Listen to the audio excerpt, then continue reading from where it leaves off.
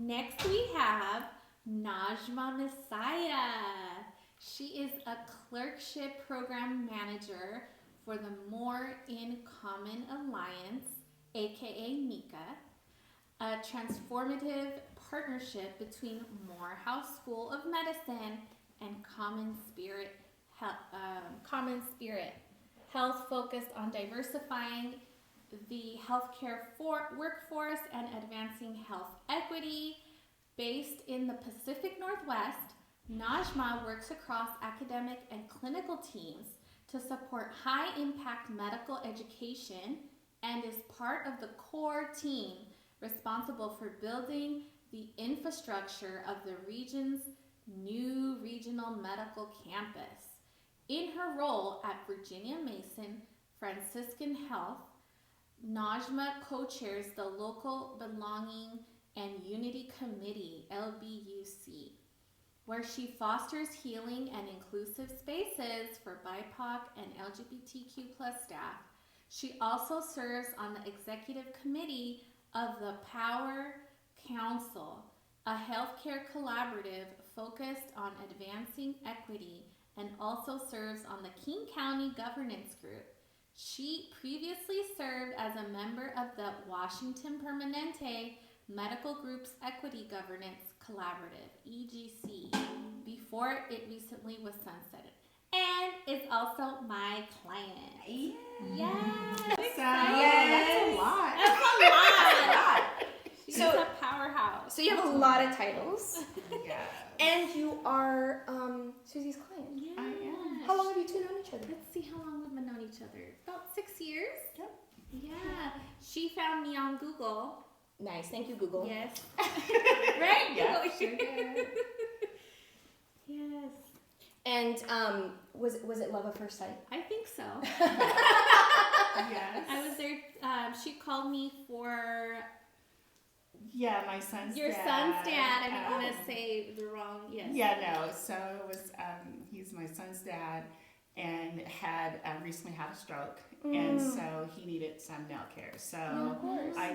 I didn't even know there were mobile nail techs, and I just Googled that and found Susie, and she went and did his feet, yes. and then.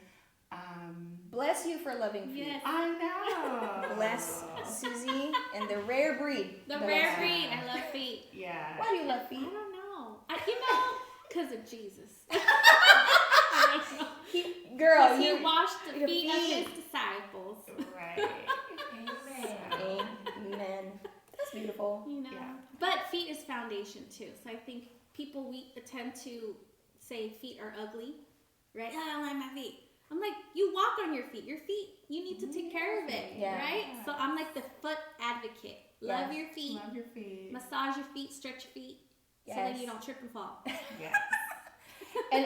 And also because what do you call this? There's very few professionals in your industry that you should really mentor. Don't you think Susie should teach other people To love their feet. to love their feet? Yes. To start their mobile business? Yeah. Yes. Like just a little flowers A here. little flowers. Yes. For Yes. Susie's, starting her business and like answering a calling. Yeah. And like what impact was, because if you didn't meet Susie or you didn't have like this, what would that mean to, your son's dad? And Well, yeah, I mean, she provided a wonderful service. He was very much satisfied. And then I reached out to her just separately because I had someone else that was doing my nails. And so we just connected. And I just fired my other nail person. And it's like, bye. Bye. Love you. No. Well, and part of it was her conversation. That was one of the main reasons. Yeah, it was her conversation and closer proximity to the South. I live in South King County, but and feeling like a little more welcome. I think it was during COVID. Yeah, it was right COVID. around COVID when we started. When I started to come to you, Can you and believe that's 6 years ago now? I know. Wow. Yeah. So. And Yeah. how important is that for you? Because, you have a lot of titles. Yes. I just imagine like like, thank you for being here. Like, you're super busy. How important is it to you to have the time, you know, with your nail person, like putting in that self-care, being selfless for a moment as you're, you know, attending to everybody else and everything else? It's so important, and you know, one of the things that I consider myself a low maintenance, so a little high maintenance. But I know that when I'm gonna have my time with her, that I don't have to, you know, I don't have to wear a title, right? I can just be myself, and she hears, you know, a lot of my drama, a lot of my stories, and what I love is she'll remember that. She'll ask me, you know, how's such and such, what's going on with so and so, you know, and not in a way that makes me feel uncomfortable, but just to, oh, well, she remembered that I had something going on and that it was bothering me, and now we can still talk about it. So I think that's important. I think it's vital for women who, you know, we pay for these services, right? And you have to feel comfortable who you are spending that hour with, and or sometimes longer, or 2 or 3 or 4. Right? And so Depend on the service. it depends on the service, and you have to feel comfortable. You know, you're paying your money, and it's part of your wellness, right? It's part of your maintenance and taking care of yourself. So I was traveling all the way up north to a person who she did great work, but I didn't like her conversation. It was all about her. It was all about her. And the other thing is I wanted someone of color. You know, I intentionally wanted to be able to you know, get my services done by, you know, women of color that have intention. Intention. Right? So it was very important. I mean, I sought her out after. I was like, oh, wait a minute, she did Williams feed, you know, so it was very intentional. I love it. That's beautiful. I know, Susie's very blessed. You have a wonderful all clients. my clients, I love all of them. So we know who Susie serves, and with all the titles, give us a little bit more insight into your world, Najmah. Who do you serve? So I guess my main purpose in life, and what I came to realize is I work in healthcare. I worked for Virginia Mason Franciscan Health for over 30 years, and 30-something years ago, I went to the president at the time and said, how can we, you know, get more Black and brown physicians here? You know, I did not have a doctor that looked like me, and I worked at a hospital, right? And I worked at a clinic, so I went to the president, a colleague and I did, and they were like, oh, there aren't any. And I'm like, there's no Black residents anywhere in the country, you know. How come we don't have this? What would it look like if we started to pull students from, you know, at the time I said the inner city, that, you know, Black and brown kids and show them that they can be in healthcare. So that was over 30 years ago. So fast forward to probably right about 6 years ago, during COVID, and also post George Floyd murder, I got involved with an organization called Build to Lead. And Build to Lead is a nonprofit located out in South King County. And what they do is they're really bringing youth along by empowering them to change systems. And showing them that they can be whatever they want to be in these systems. And so what happened was the universe brought us all together, and what happened was we were able to partner with Build to Lead, Virginia Mason Franciscan Health. And my whole point and purpose is to expose Black and brown youth to healthcare, to healthcare professionals, to healthcare, you know, that they could be in a role taking care of us, right, and taking care of their community. So so that's where, you know, a lot of my, that was my, I called it my side hustle that didn't really pay, because it wasn't a monetary. We understand. Yeah, it was definitely not. Yeah, It was passion. a volunteer, it was passion, Yeah. my passion project, exactly. And then what happened was just, again, the universe, at the time, Common Spirit, who is the parent organization of Virginia Mason, went into a partnership with Morehouse School of Medicine. I see, and you're wearing the pin. Yes, and it's a historical black college in Atlanta, Georgia. And what I found out was that they were building this, and it's not a brick and mortar, but it's a partnership that brings medical students, 3rd and 4th year medical students, to this area of the country to train with the hopes of them, staying, right, and applying to residency and things like that. So I got involved, and I actually got a job with Morehouse School of Medicine, this partnership called MICA, More in Common Alliance. And so now I feel like my world has really become, full circle. So my paying job is I'm a program manager for that partnership. And I love that we have medical students, mostly so far have been from Georgia, but other parts of the country, coming here. And they're spending their 4 weeks or 6 weeks training at our local hospitals, so Virginia Mason Franciscan Health, St. Joe's, and Bremerton. We have a site over there. And we really want to expose those medical students, right, to this area. Yes, So the culture here, I try to connect them with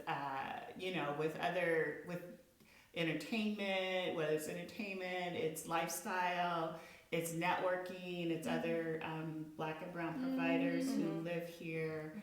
Just to know that, this is a place where they could possibly practice. And so, we love the Pacific Northwest, right? It's beautiful here. There's hiking, there's outdoors, there's the sun, We do have the sun. We do have the sun. For those that watch outside, right. we do. It comes around. It comes around. It comes around.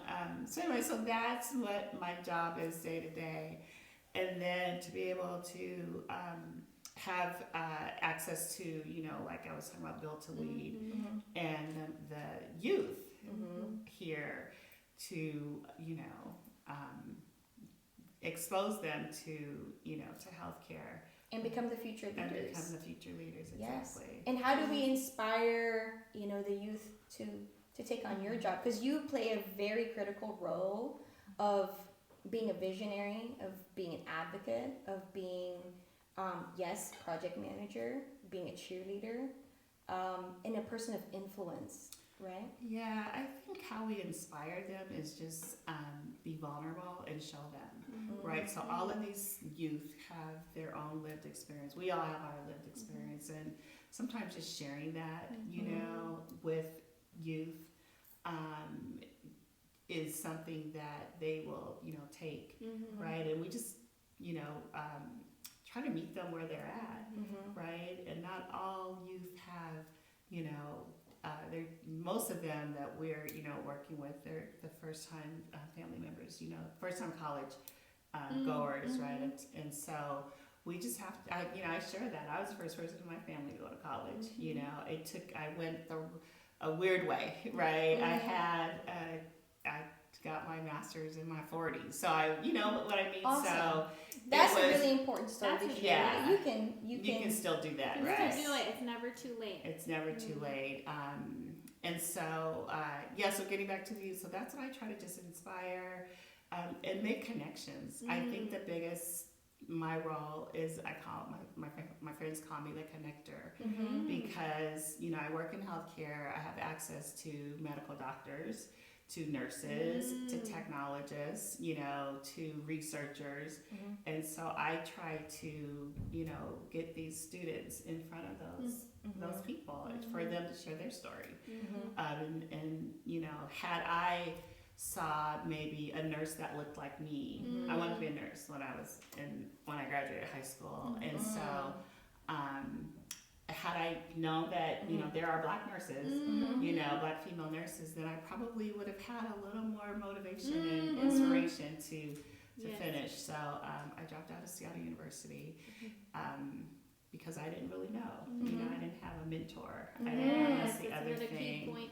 Another key point is to be mentors Yes. to our youth. Look for mentors. Yeah.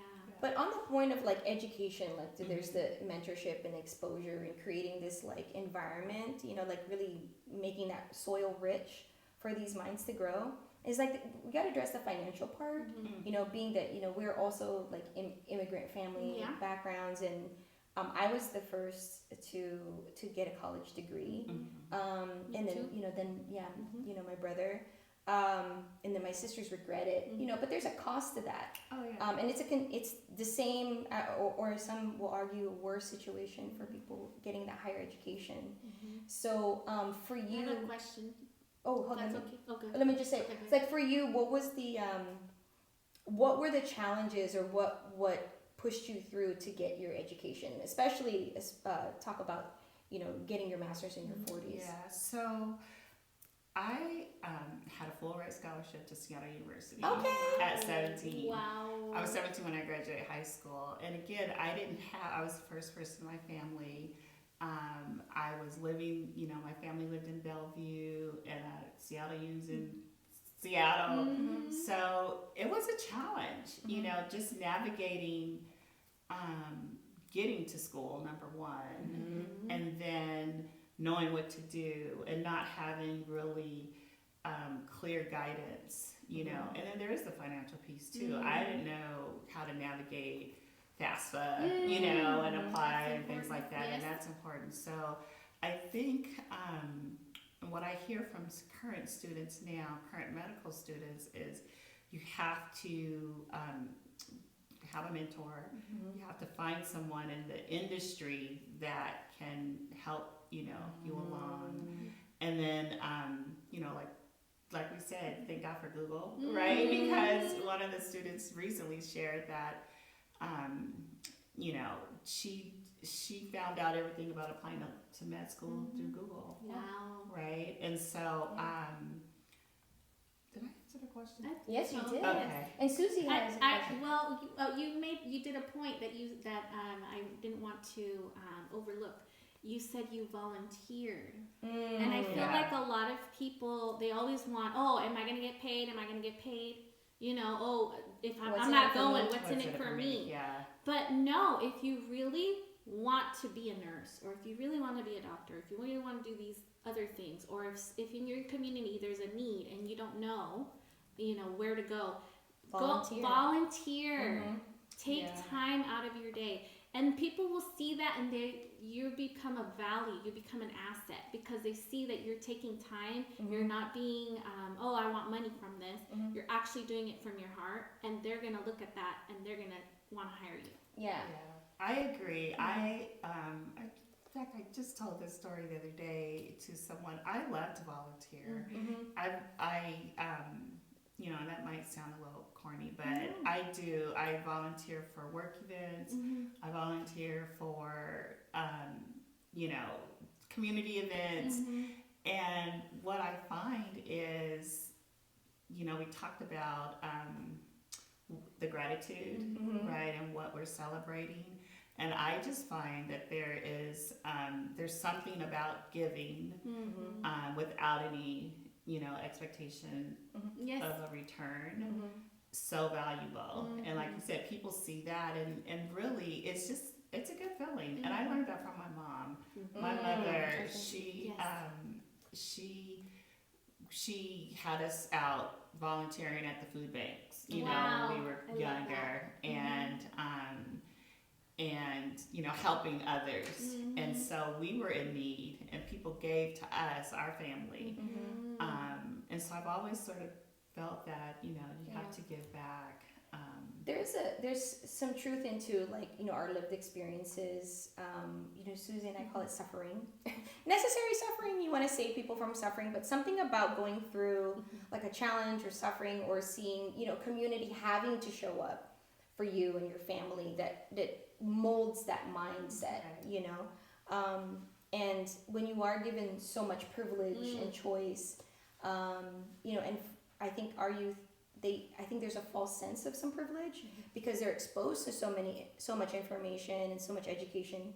Like the other side of like the world after Google is my 6-year-old son. We just talked to Google, home bot Right. and ask it anything, and at any point he can learn whatever he wants, and there's like a privilege that comes with that that's beautiful, but also double sided, right? A double-edged sword.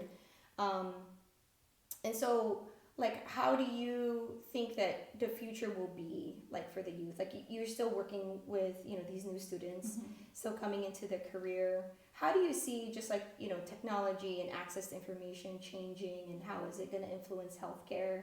We hear, I'm going to add into like stories we hear about like defunding and like how that's affecting like the business of healthcare. Like, from your perspective, do you have any comments on? I think definitely technology is changing every industry, and it is impacting. And what I hear from the faculty and the folks teaching our students, medical students, and residents, is that they have to learn without the use of AI, right? They have to be a part of that old school way. Like, I remember we grew up with encyclopedias. Okay. Yes. And And you the had to carry yellow the book. books. Yeah, to carry, yeah. And so that You have was the back our, pain to prove it. yes, and that was our Google, right? And so that's how we learned. And so it is amazing that you could talk, to Alexa across the room and ask a question, and but it's definitely changing, but it is also being looked at as a tool and a resource. And so one of the things that we have to think about is how these tools are being created, and if they're being created in a way that brings in sort of representation, Yes. and also equity. I think about doctors being able to use AI for diagnosing, and how that will really change, the way things are being, are done. And points of reference, like AI is only fed by what the data that humans feed it. And with more and more Black and brown doctors, I actually came across a TikTok during the Super Bowl. Not this past Super Bowl with Bad Bunny, but the previous year.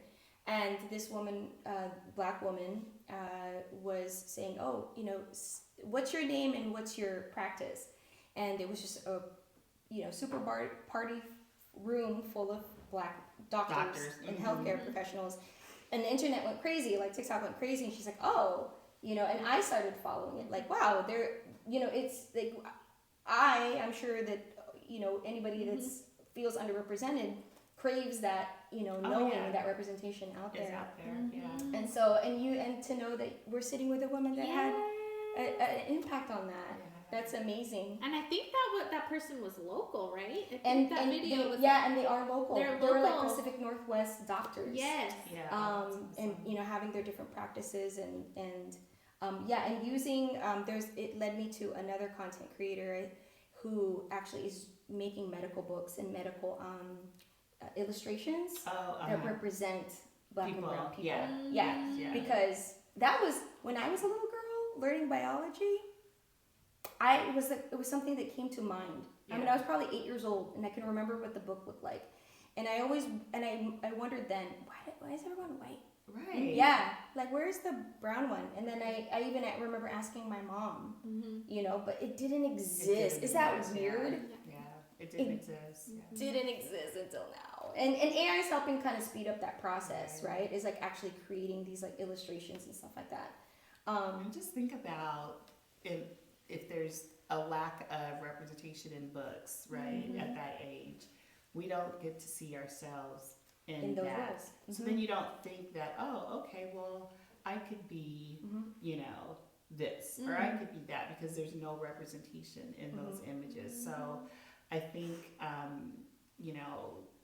in the bigger picture, what we're doing to, really diversify the workforce here in this area and across the the country, the world is so important, right? For all of us, for all people. We have to be able to identify with someone, Yeah, right? definitely. And if my doctor doesn't look like me, doesn't know my culture, you know, doesn't know, you know, how my lived experience might impact something in me that caused an illness or caused some type of, you know, symptom, you know, that's huge, That's right? huge. And then we're getting treated Yes. for, you know, not me, you know, we're getting Something treated that's not made for you. for me, right? So how important is it for us, as, especially, you know, Black and brown women, queens, that you know, that we can identify royalty. with? Yes. Yeah, like you know, going back to my relationship with Susie, right? It's like my nail person, I wanted to feel comfortable where you know, where I would we could share stories and share experiences. You can put your mask down. Yes. Right? Yeah. Because I mean, I mentioned code switching, you know, earlier, and I think until it's called out to us that we all participate in code switching.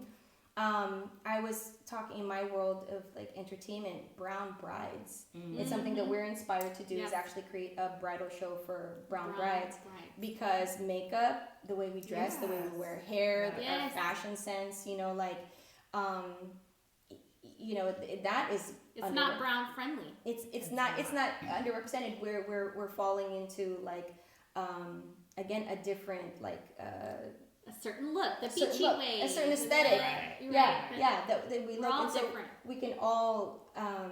There's a lot of work to be done like across industries, and it is Women's Health Month, and we didn't even talk about like, you know, the effects on like just women's health, you know, too. But with the diversity in our like healthcare teams is actually getting this information that more women are stepping into these roles, and addressing, you know, our hormonal changes.